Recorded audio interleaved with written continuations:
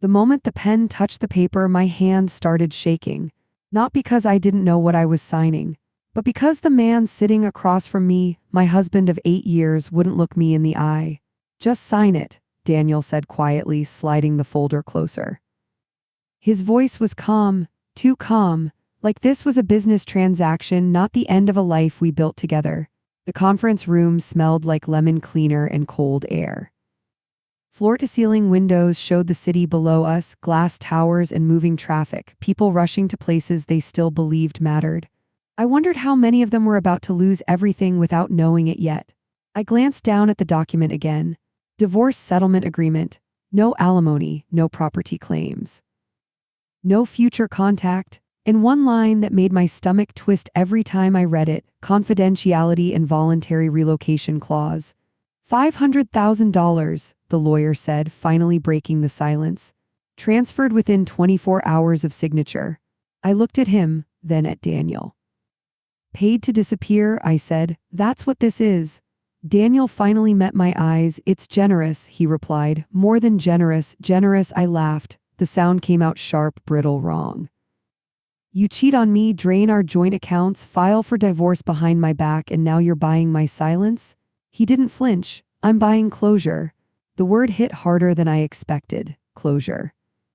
As if the last 8 years could be sealed shut with a wire transfer and a non-disclosure agreement. I should have walked out. I should have flipped the table. I should have screamed. Instead, I asked the question that had been burning in my chest since his lawyer called me 3 days earlier. Why? I said. Why the rush? Why the money? Why the condition that I leave the city? Daniel leaned back in his chair, adjusting his cufflinks, the ones I gave him for our 5th anniversary. Because I'm moving on, he said, and I don't want complications. Complications? I didn't know it yet, but that word would come back to haunt both of us. At the time, all I felt was humiliation. I had trusted him. I had built my life around his career, his ambitions, his late nights and business trips. I had ignored the distance growing between us, the way he guarded his phone, the sudden coldness in his touch. I told myself marriage had seasons, that stress changed people. I was wrong. The truth had come out in pieces. A missed call from an unknown number, a receipt for a hotel across town, a transfer from our savings account I didn't recognize. By the time I confronted him, he didn't even deny it. I fell in love with someone else, he said, standing in our kitchen like he was announcing a change in dinner plans. It just happened. It didn't just happen, it was planned, managed, funded. And now, sitting across from him in a glass box high above the city, I realized this divorce wasn't about freedom. It was about control. I looked back down at the agreement. The clause about relocation specified a minimum distance. Another state, no shared professional circles. No contact with his family, no public statements. He wasn't just ending the marriage, he was erasing me.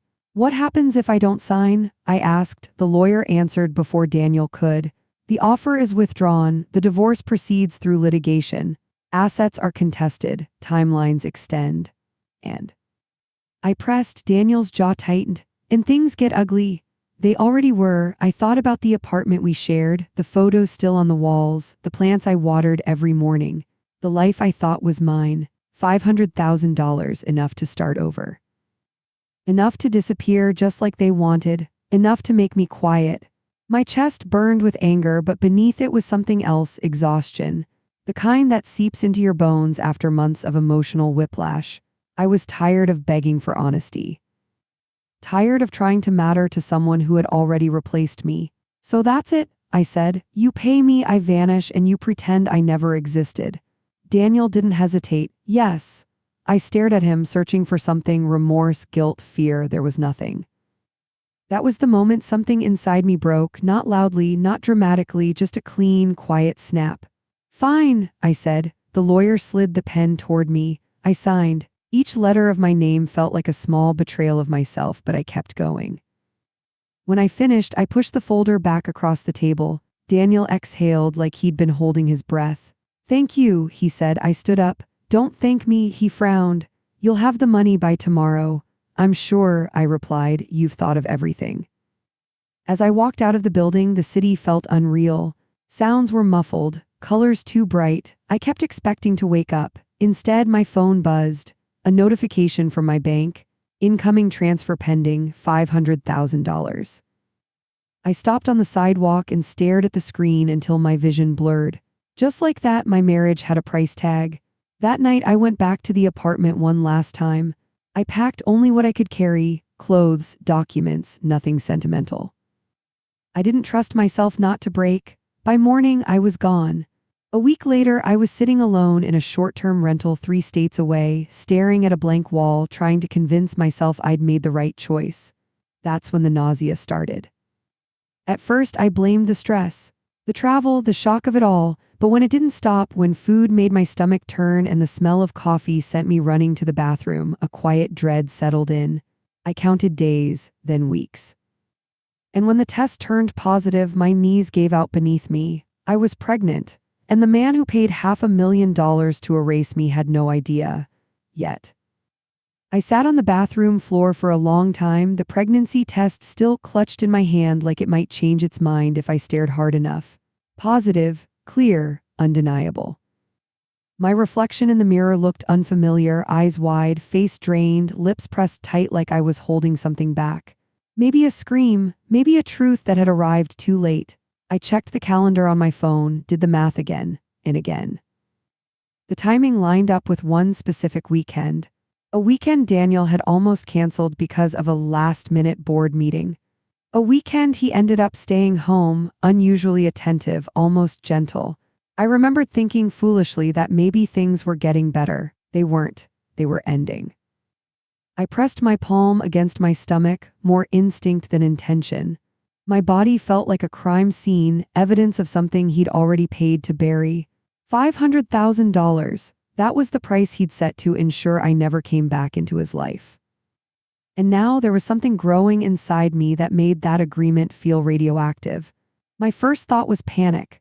The second was anger so sharp it made my chest ache. He knew, he must have known there was a possibility. We hadn't been careful, he never was. And yet he'd rushed the divorce, the payout, the relocation clause as if he was outrunning something. I opened the settlement agreement on my laptop with shaking hands. I read every clause again, slower this time, hunting for traps. Legal language wrapped around my future like barbed wire. No contact. No claims, no disclosures. Voluntary, informed consent. I scrolled until my eyes burned. There it was. A single paragraph I'd skimmed before, assuming it was standard. The undersigned affirms that she is not currently pregnant and waives any future claims related to reproduction, dependency, or familial obligation. My breath caught. I hadn't lied. I hadn't known, but the document didn't care. I closed the laptop and leaned back against the wall, my heart pounding. If I told him now, he'd say I was trying to extort him, that I'd planned it, that I'd trapped him. If I stayed silent, I'd be carrying his child alone, financially secure, legally erased, emotionally detonated. I thought about calling him. I didn't. Instead, I remembered the way he'd looked at me in that conference room. Not angry, not guilty, relieved to be done with me. I got up and paced the apartment, every step feeding the storm in my head. I told myself to slow down, to think logically, to breathe. But logic kept circling back to one truth I couldn't ignore. Daniel didn't just want a divorce. He wanted insulation, protection from consequences. And whatever or whoever he was protecting was important enough to spend $500,000 without blinking. That realization shifted something in me. This wasn't just betrayal. It was strategy. I scheduled a doctor's appointment the next morning. The confirmation made it real in a way the test hadn't, weeks along. Healthy, no complications, the nurse smiled. Do you have support? I nodded automatically. I lied automatically. On the drive back, I pulled over and cried until my chest hurt. Not soft tears, ugly ones, the kind that come from grief colliding with rage. I wasn't ready to forgive him. I wasn't ready to expose him either, but I was ready to understand what I was really dealing with. That night, I did something I hadn't done since before the divorce. I logged into an old email account. Daniel never knew about it. It was tied to a freelance project I'd worked on years ago, back when we still shared passwords, back when trust felt permanent.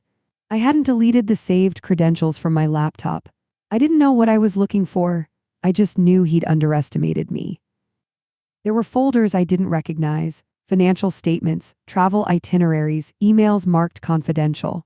And then there was a name, Alina. I froze. I searched it. Hundreds of results, hotel reservations, expense reimbursements, calendar invites, and emails, so many emails that painted a picture I wasn't prepared for. Alina wasn't a fling. She was embedded. She worked for one of his subsidiary companies. Public-facing role, carefully distanced on paper, privately inseparable. More than that, she was pregnant too. I felt the room tilt. An email dated 2 months before our divorce stopped my breath completely. We can't let this get messy. I need everything finalized before the end of the quarter. Another followed. I'll take care of her, just make sure there are no surprises. No surprises. I closed my eyes. This wasn't coincidence. This wasn't bad timing. It was a cleanup operation. Daniel hadn't paid me to disappear because he'd stopped loving me. He'd paid me to make room for another woman, another child, one that fit neatly into his timeline, his reputation, his carefully managed image. I scrolled deeper, my hands steady now in a way that scared me. There were draft press releases, succession plans, mentions of family stability and brand continuity. He was planning to go public, just not with me, just not with my child. I shut the laptop slowly. For the first time since signing those papers, the humiliation gave way to clarity. He thought the problem was solved. He thought money erased risk. And right now he believed I was gone, quiet, compliant, grateful. He was wrong, but I wasn't ready to confront him. Not yet.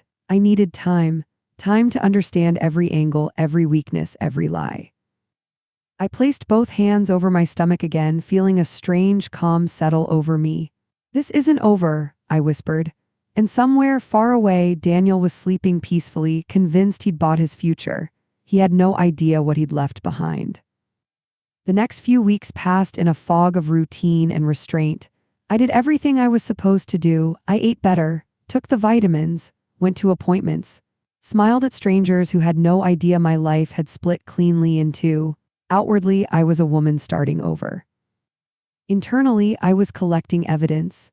Every night after the apartment went quiet, I returned to Daniel's digital footprint. I didn't download anything. I didn't forward emails. I read, I mapped, I memorized. Patterns emerged quickly. The divorce wasn't the beginning of his betrayal. It was the end of a long preparation phase. He'd been shifting assets for over a year, small amounts at first, masked as business expenses. Then larger transfers through shell accounts tied to overseas consultants. He'd closed our joint credit line 3 months before confronting me, citing financial restructuring.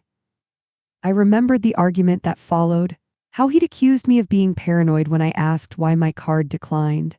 Gaslighting, I realized now, wasn't just emotional, it was procedural. Alina's name appeared everywhere once I knew how to look. She wasn't just an employee. She was a risk factor he managed carefully. Her role kept her adjacent to his public life without exposing her. Her pregnancy timeline aligned with a planned announcement 6 months out after my disappearance had time to settle. I wasn't meant to be part of the narrative. What cut deepest wasn't that he'd chosen someone else. It was that he'd reduced me to a variable, a liability to be neutralized. I thought about confronting him daily, about sending a single screenshot, about calling his bluff. But something held me back, instinct maybe. Or the quiet voice that told me if I moved too soon, I'd lose leverage I didn't fully understand yet. The settlement agreement haunted me. I read it again and again, tracing its edges. The confidentiality clause was airtight until it was. There were exceptions. Narrow ones, buried deep, fraud, non-disclosure. Material misrepresentation. If I could prove he'd knowingly misled me about finances, about reproduction, about coercion, the agreement could unravel. I didn't need revenge, I needed truth. And proof. The first betrayal came unexpectedly. My sister called me one evening, her voice too cheerful. Daniel reached out, she said, just checking in. Wanted to make sure you were okay? My stomach dropped. What? He said he was worried about you, she continued. Asked if you'd settled in, if you needed anything. I felt heat rush to my face. What did you tell him?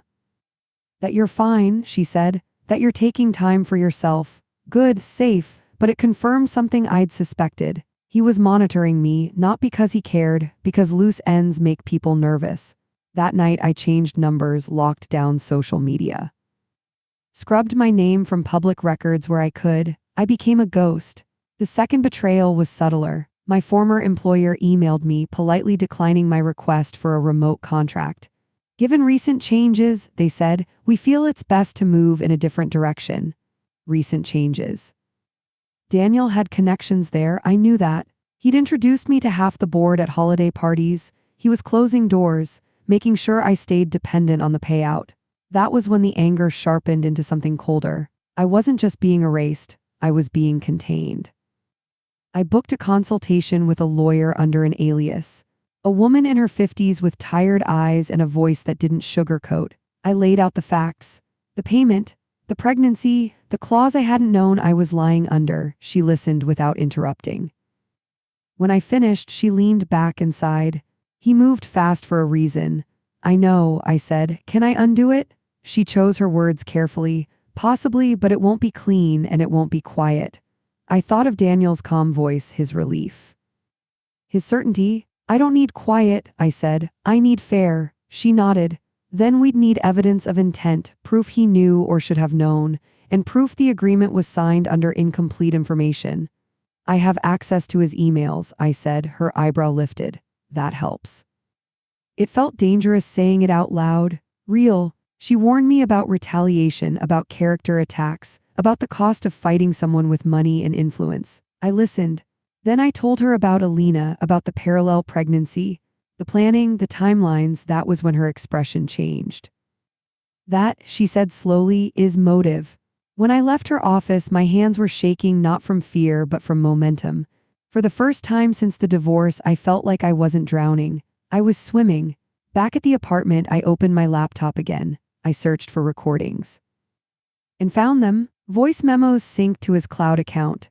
Business calls, strategy sessions, casual cruelty disguised as efficiency. One file dated 2 weeks before the divorce stopped me cold. His voice was clear, confident. I just need her gone before the announcement, he said. I can't have 2 pregnancies complicating this. 2 pregnancies. I closed my eyes. There it was. The breaking point I hadn't known I was waiting for. He hadn't just betrayed me. He had quantified me. Reduced my body, my marriage, my future to an inconvenience on a spreadsheet. I sat in the dark, listening to the silence that followed. Then I smiled, not because I was happy, but because I finally understood the game, and I was done playing defense. I didn't sleep that night. I sat at the small kitchen table with the lights off, listening to the hum of the refrigerator, replaying Daniel's voice in my head. I can't have 2 pregnancies complicating this. The words had weight, intent. They weren't careless. They were calculated. By morning, I had made a decision. I wasn't going to confront him privately. I wasn't going to negotiate. And I wasn't going to beg for decency from someone who had already measured my worth in dollars and distance. If there was going to be justice, it had to be structural, public enough to matter. Legal enough to hold. I called the lawyer as soon as her office opened. I have recordings, I said, and proof of asset movement. There was a pause, then, send nothing electronically, come in. 2 days later, we sat across from each other again, this time with a paralegal and a legal pad filled edge to edge. She listened to the recordings through headphones, her face unreadable. When she finished, she took them off slowly. He knew, she said. And he acted to prevent disclosure. Is that enough? I asked. It's a start, she replied, but what matters is timing and pressure. Pressure. Daniel thrived on it when he controlled it. He folded when he didn't. We outlined a plan that wasn't about revenge in the cinematic sense. No dramatic confrontations, no screaming matches, just exposure at the worst possible moment. Daniel's company was preparing for a major public milestone, a merger that hinged on his image as a stable, disciplined executive. Family man, clean narrative. Any suggestion of misconduct, especially involving coercion, pregnancy, or financial manipulation, just embarrass him. It would freeze the deal. My lawyer explained the sequence carefully. We file to reopen the divorce on grounds of fraud and misrepresentation. We seek injunctive relief against the confidentiality clause.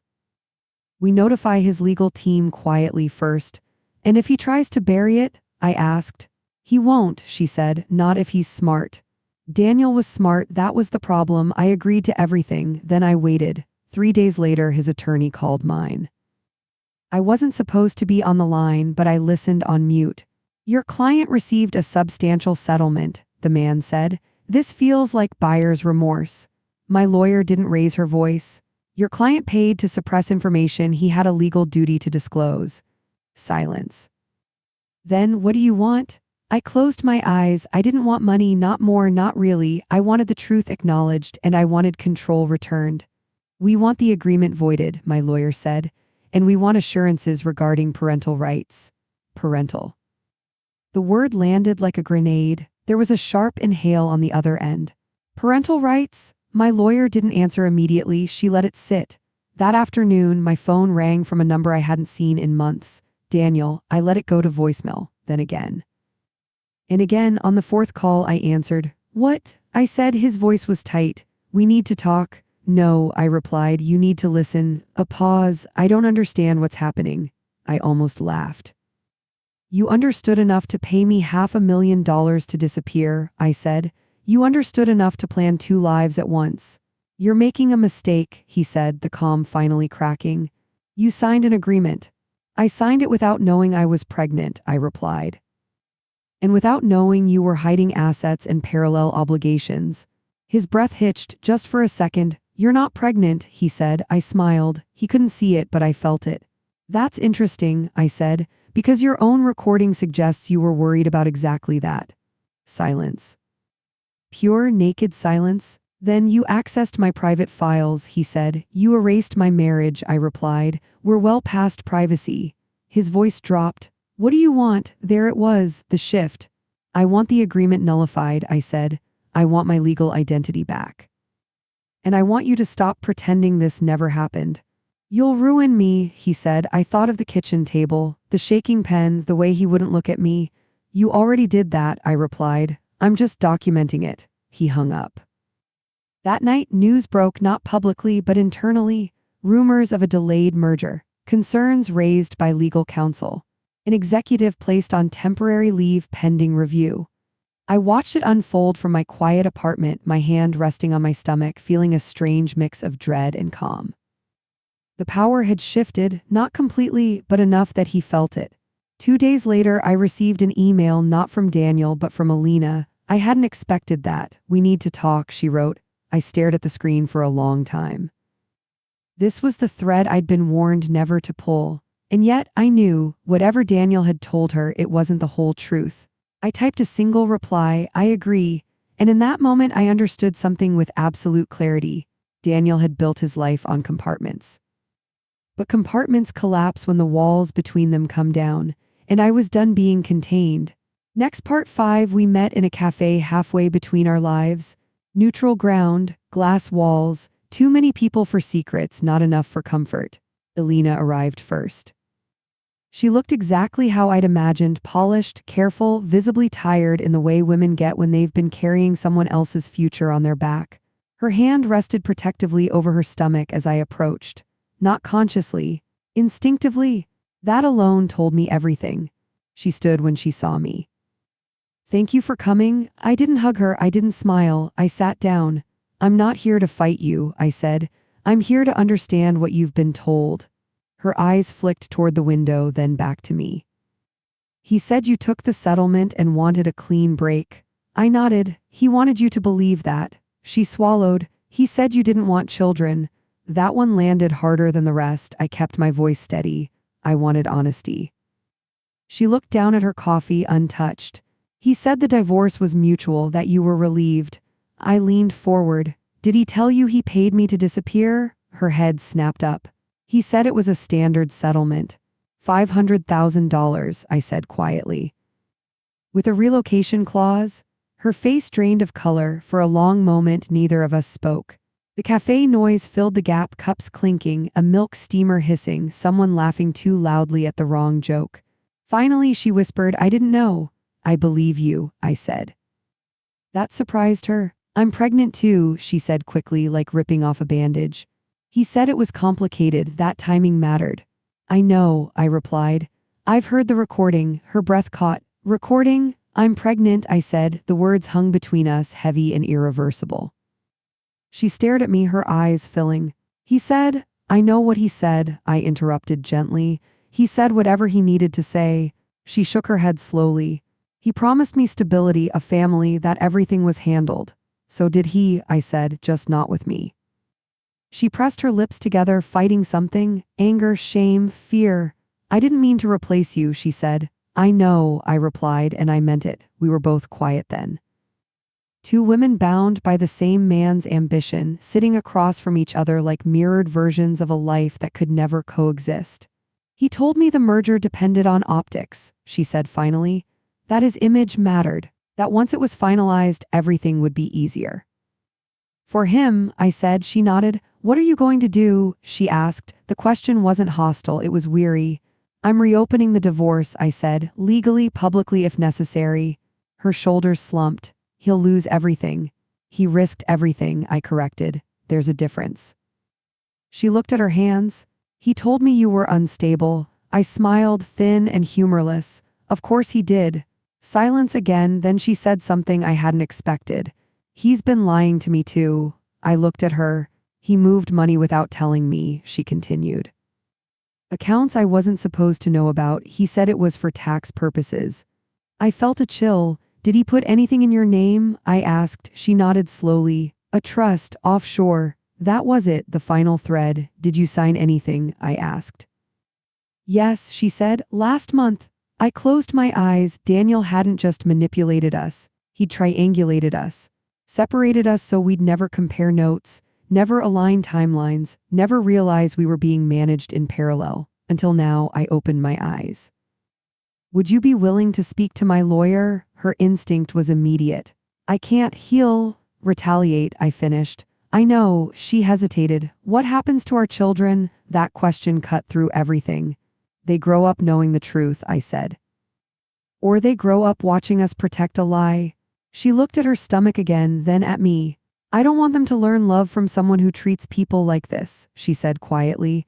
Neither did I. She agreed to provide documentation, not publicly, not yet, but enough to corroborate intent and pattern. When we stood to leave, she reached out and touched my arm. I'm sorry. So am I replied, but my apology wasn't for her. It was for the version of me who trusted him without question. 2 days later, Daniel's lawyer called again. This time, his tone was different, defensive, rushed. Your client is creating unnecessary damage, he said. There are children involved. Yes, my lawyer replied evenly. There are. A settlement offer followed within hours, more money, more silence. A revised agreement with flexibility. I didn't even read it. I want the truth on record, I told my lawyer, and I want him to answer for what he did. She nodded. Then we proceed. The filing went through the next morning, motion to vacate. Allegations of fraud, intentional concealment of reproductive risk, coercive financial inducement. By afternoon, Daniel's name was trending not publicly but in the circles that mattered, board members, investors, legal analysts. That night he showed up at my door. I hadn't told him the address. I didn't open it. Please, he said through the wood, we can fix this. I leaned against the door, my hand steady over my stomach. You already tried, I said. Silence, then footsteps retreating. I didn't feel victorious. I felt resolved, because this wasn't about ruining him. It was about refusing to disappear. And the final act hadn't even begun. The court date was set for 6 weeks out. 6 weeks of waiting, 6 weeks of headlines that never quite broke but whispered loud enough to fracture confidence. 6 weeks of Daniel's name appearing less and less in internal emails, quietly removed from meeting invites, his authority dissolving without a press release. That was the cruelty of it. No explosion, just erosion. I spent those weeks preparing for 2 futures at once. One where I became a single mother with a long legal shadow attached to my child's name. And one where I reclaimed my identity publicly, permanently, with consequences that would follow Daniel long after the money stopped insulating him. Every morning I woke before sunrise and wrote, not for court. For myself, I documented everything: dates, phrases, feelings, physical reactions. My lawyer said contemporaneous notes mattered, but more than that, I needed a record, a reminder that I hadn't imagined any of this. Daniel tried twice more to contact me directly, once through my sister. once through a mutual friend who suddenly just wanted to check in. I shut it all down. Then came the offer, not through lawyers, through fear. An anonymous email landed in my inbox one night. No subject, no signature, you don't understand what you're risking. I forwarded it to my lawyer without responding. She called me 10 minutes later. That's intimidation, she said. Good, it helps us. Good, I was past the point of being scared by shadows. What unsettled me more was how quiet Alina had gone. No messages, no updates. I worried Daniel had gotten to her, that he'd threatened custody, financial ruin, public humiliation. Then, 3 days before the hearing, she called. I'm in, she said. Her voice was steady, resolved in a way it hadn't been before. All of it. I didn't ask what changed. I didn't need to. The hearing itself was nothing like television. No shouting, no grandstanding, just a judge with tired eyes and a stack of documents thick enough to bend the table. Daniel sat across the room from me, flanked by his legal team. He looked smaller than I remembered. Thinner, his confidence had been replaced by a tight, defensive stillness. He didn't look at me, I did look at him. The judge listened as my lawyer laid out the timeline, the rushed settlement, the relocation clause, the recorded statements, the parallel pregnancy. Then Alina's affidavit was entered into the record. That was when Daniel finally looked up. His eyes met mine, wide with something like disbelief, as if he still couldn't understand how this had gotten away from him. His lawyer objected. Procedural points, privacy concerns, claims of illegally obtained evidence. The judge listened, then asked a single question. Did you, at the time of signing the agreement, believe your former spouse might be pregnant? Daniel's lawyer answered for him. No, Your Honor. The judge turned to Daniel. I asked you. The room held its breath. Daniel swallowed. There was no confirmation. That's not what I asked, the judge said calmly. Silence stretched. Finally, Daniel said there was a possibility. That was it. The crack. The judge nodded slowly. Then the court finds there was a duty to disclose material information. My heart pounded. The agreement is vacated, she continued, pending further proceedings. I didn't cry, I didn't smile, I just breathed. Daniel's face went pale. His lawyer leaned in, whispering urgently, but it was done. The silence he'd purchased had expired. Outside the courtroom, reporters waited, not many, but enough. Cameras angled. Questions half formed. My lawyer stepped in front of me. No comment at this time. Daniel walked past without a word. That afternoon, the merger was officially suspended. 2 days later, Daniel resigned. The press release was carefully worded. Personal matters, focus on family. I almost laughed at that. Instead, I went home and sat in the quiet, letting the reality settle.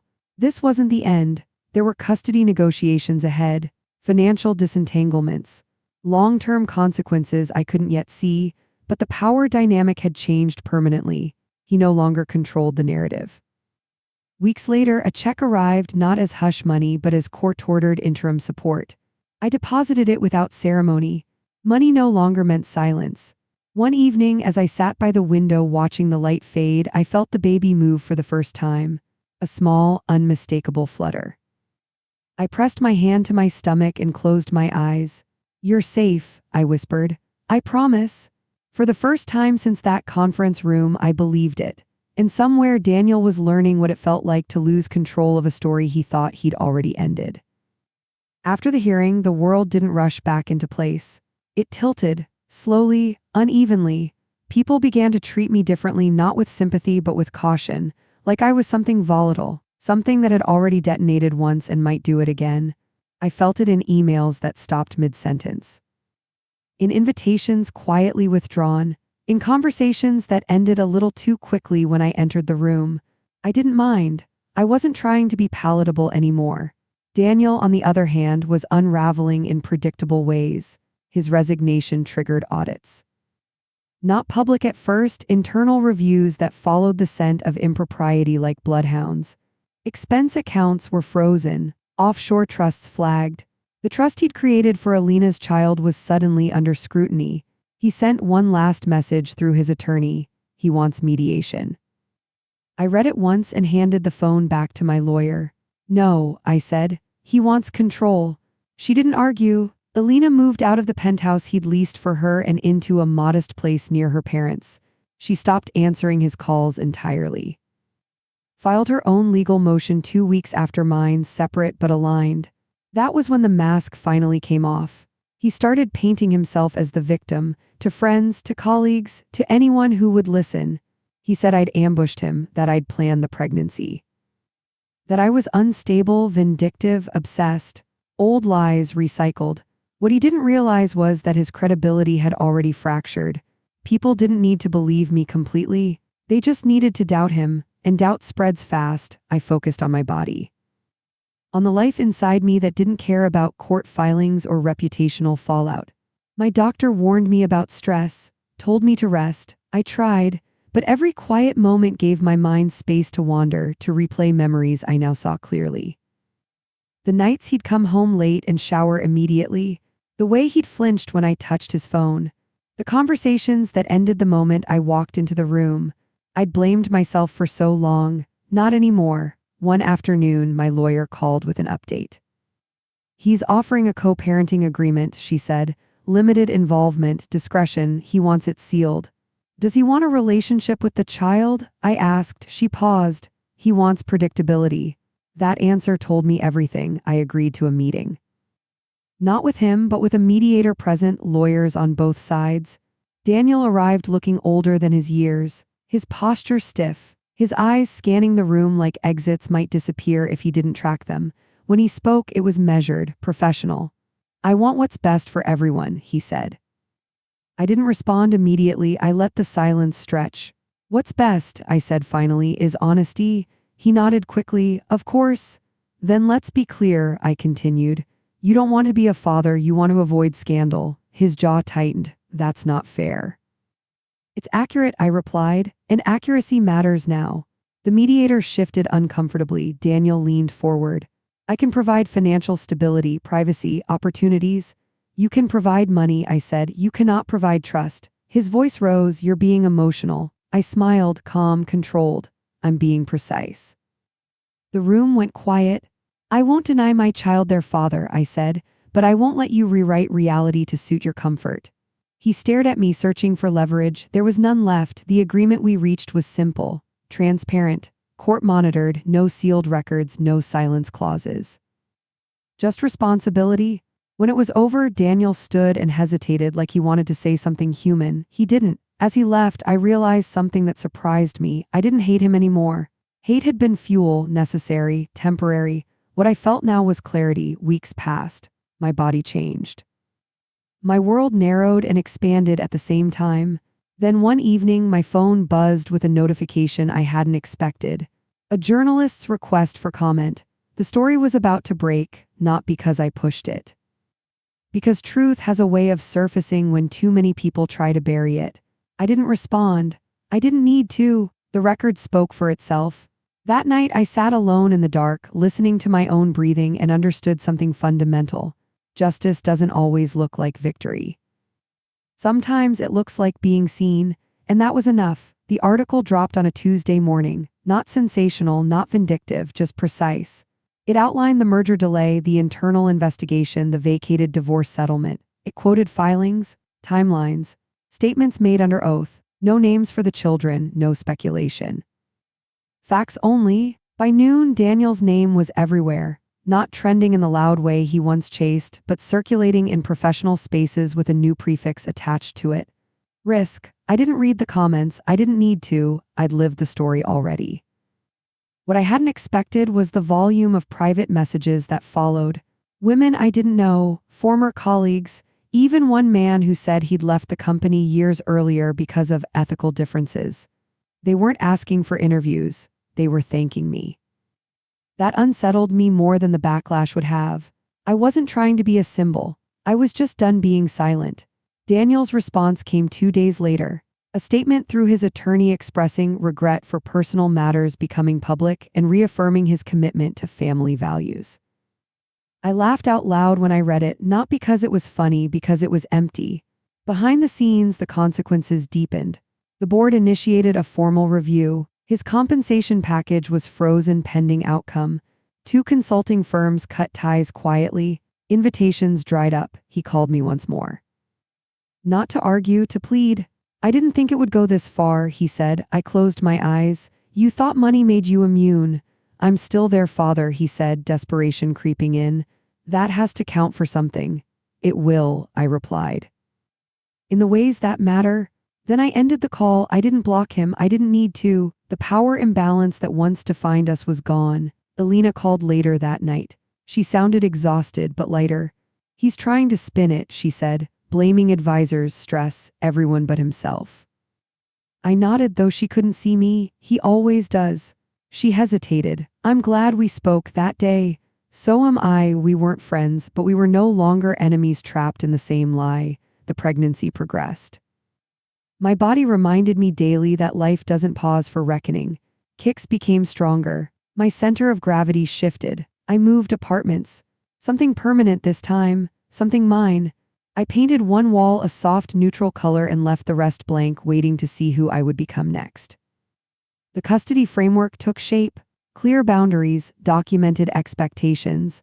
Daniel agreed to supervised visitation at first, not because I demanded it, but because his counsel advised him to look cooperative. I didn't object. Control had never been my goal, protection was. One afternoon, as I was folding tiny clothes I hadn't planned on buying yet, I felt a wave of grief I hadn't anticipated. Not for the marriage, for the illusion, the belief that love alone could shield you from someone else's ambition. I let myself cry. Then I let it pass.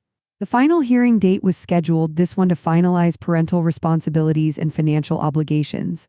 Daniel arrived quieter than before, less polished, more careful. When the judge spoke, it was firm but fair. Responsibilities assigned, expectations set, consequences outlined.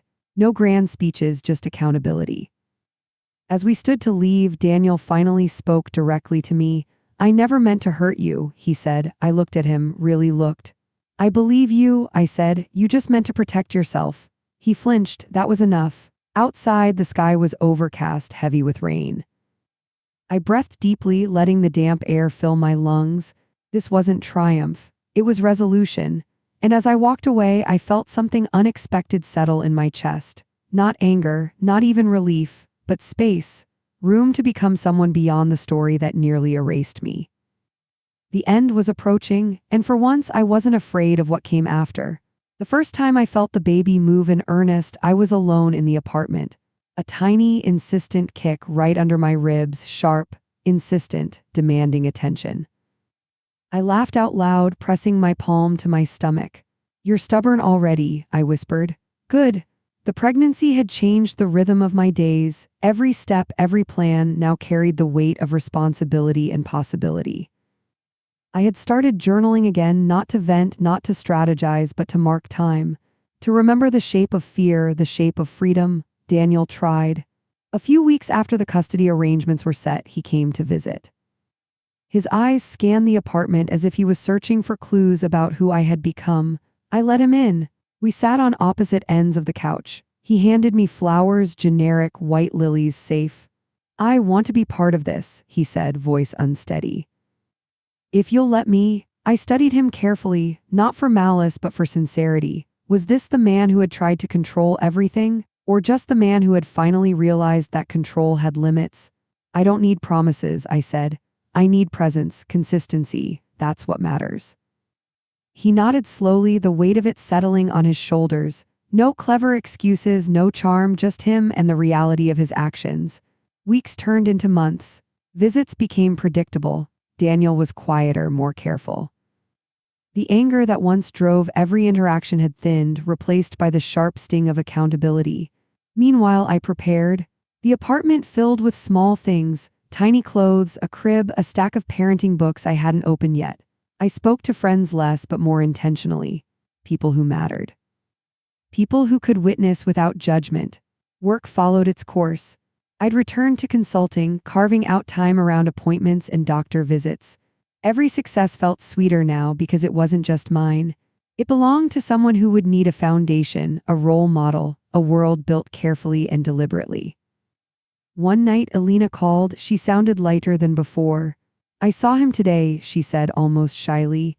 He wasn't perfect, but he was trying. I smiled. Good, that's all anyone can ask for. We hung up.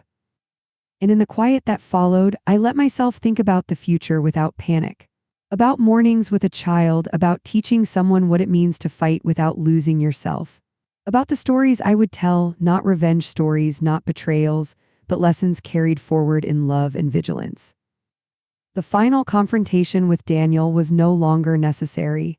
He had changed because the truth had a way of pressing down, reshaping even those who once thought themselves untouchable.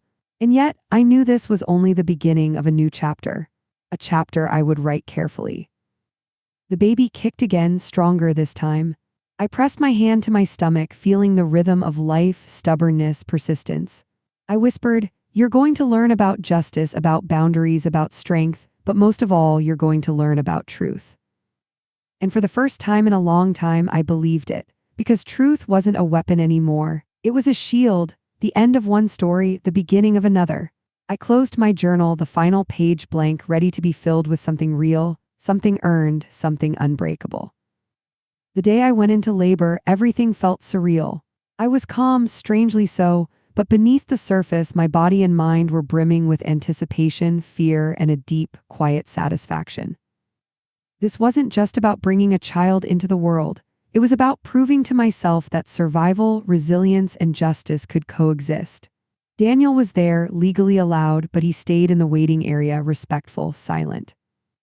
He had watched me reclaim everything, piece by piece, and now he would witness the birth of a new chapter, one he had no hand in controlling. Hours blurred together. Contractions came and went in waves, each one testing patience, endurance, and focus. I clutched my hands to the hospital bed, breathing through every surge of pain. And through it all, I felt the life inside me, persistent, demanding, unyielding. When she arrived, she cried immediately, strong lungs filling the room with vitality. I held her close, overwhelmed by an emotion I hadn't anticipated, triumph mingled with tenderness. Here she was, my daughter, proof that no matter how much someone tried to dictate your fate, your life, your choices, you could still create something untouchable, something sacred. Daniel entered, cautious, carrying the weight of past mistakes. I looked at him once, no hatred, no anger, just acknowledgement. He had seen me dismantle the narrative he tried to control piece by piece without a single reckless act.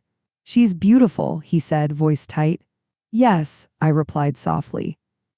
"And she'll grow knowing that truth matters more than deception." The days that followed were a blend of exhaustion and clarity. Friends helped, family supported, but most importantly, I felt empowered. Every betrayal, every manipulation, every dark hour had been transformed into a lesson. I had survived, and now I would teach. Elena visited, holding my hand as I cradled my daughter. "You did it," she said. "You turned everything around, you're unstoppable." I smiled faintly, feeling the truth of it settle into my bones. "I didn't just survive," I said. "I made sure nothing could break me again, and this little one, she'll inherit that." Daniel stayed distant but consistent. Over time, he proved he could respect boundaries, but the power dynamics had irrevocably shifted. He was no longer a force of fear or control. He was merely a witness to the life I had reclaimed. The apartment, once filled with echoes of betrayal, now held laughter, toys, and the quiet rhythm of new life. I returned to work gradually but differently, purposefully. My stories, my consultations, my voice, they were now tools for empowerment, for teaching vigilance, for creating safety through knowledge. One night after the house had quieted, I sat alone with my daughter asleep beside me. I reflected on the journey, the deception, the manipulation, the anger, and the eventual triumph. Every act of injustice had fueled a fire that had become uncontainable. And I realized something crucial: hate had been a guide, not a prison. It had illuminated betrayal, sharpened my instincts, and pushed me toward action. But it was love, love for myself, and now for her, that had given the story meaning. I pressed my hand to her tiny chest, feeling the rapid, steady beat of life.